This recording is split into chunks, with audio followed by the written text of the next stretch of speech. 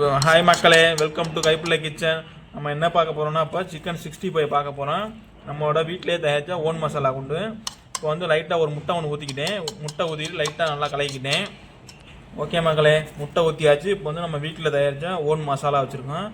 இதை லைட்டாக நம்ம சிக்கனுக்கு ஏற்ற மாதிரி கொஞ்சம் கொஞ்சமாக போட்டு இதில் எல்லாமே உப்பு எல்லாமே ஆட் பண்ணியிருக்கோம். இருந்தாலும் நமக்கு வந்து கொஞ்சமாக சேர்த்துக்குங்க உப்பு லைட்டாக. ஓகே மக்களே, இப்போ வந்து இஞ்சி பூண்டு பேஸ்ட்டு கொஞ்சமாக சேர்த்துங்க. இஞ்சி பூண்டு சேர்த்து நல்லா மிக்ஸ் பண்ணி விடுங்க. ஏன்னா தண்ணி நீங்கள் ஊற்ற வேணாம், முட்டையிலே தண்ணி நிறையா இருக்கும், அதனால் தண்ணி ஊற்ற வேண்டாம். பத்தலைன்னா கொஞ்சமாக ஊற்றிக்கிங்க. நீங்கள் இந்த மசாலா வந்து வீட்டிலே அரைச்சது, நம்ம நல்லா மணமாகவும் சுவையாகவும் இருக்கும். லைட்டாக நீங்கள் வந்து உப்பு மேக்ஸிமம் கரெக்டாக இருக்கும். பத்தலைன்னா நீங்கள் வந்து கொஞ்சம் எக்ஸ்ட்ரா ஆட் பண்ணிக்கோங்க. சரி, ஓகே மக்களே, மாவு நமக்கு நல்லா மிக்ஸ் ஆகிடுச்சு. இப்போ வந்து சிக்கன் எடுத்து அதை நல்லா ஊற வச்சுக்கிறோம்.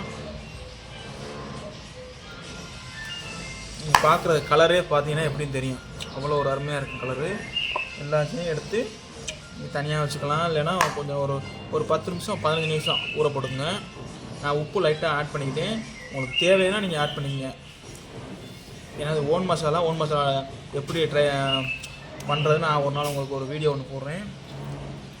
நல்லா சிக்கனை சேர்த்துக்கணும் மக்களே. எல்லாத்தையும் சிக்கனை சேர்த்து ஒரு 15-20 நிமிஷம் நல்லா ஊற விடுங்க.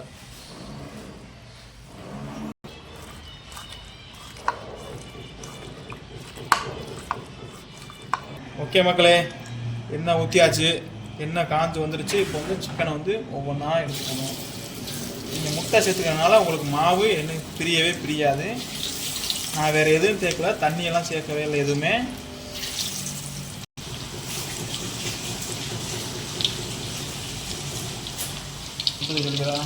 ஓகே மக்களே, நல்லா நம்ம சிக்கன் வந்து நல்லா கமன்னு வாட வருது.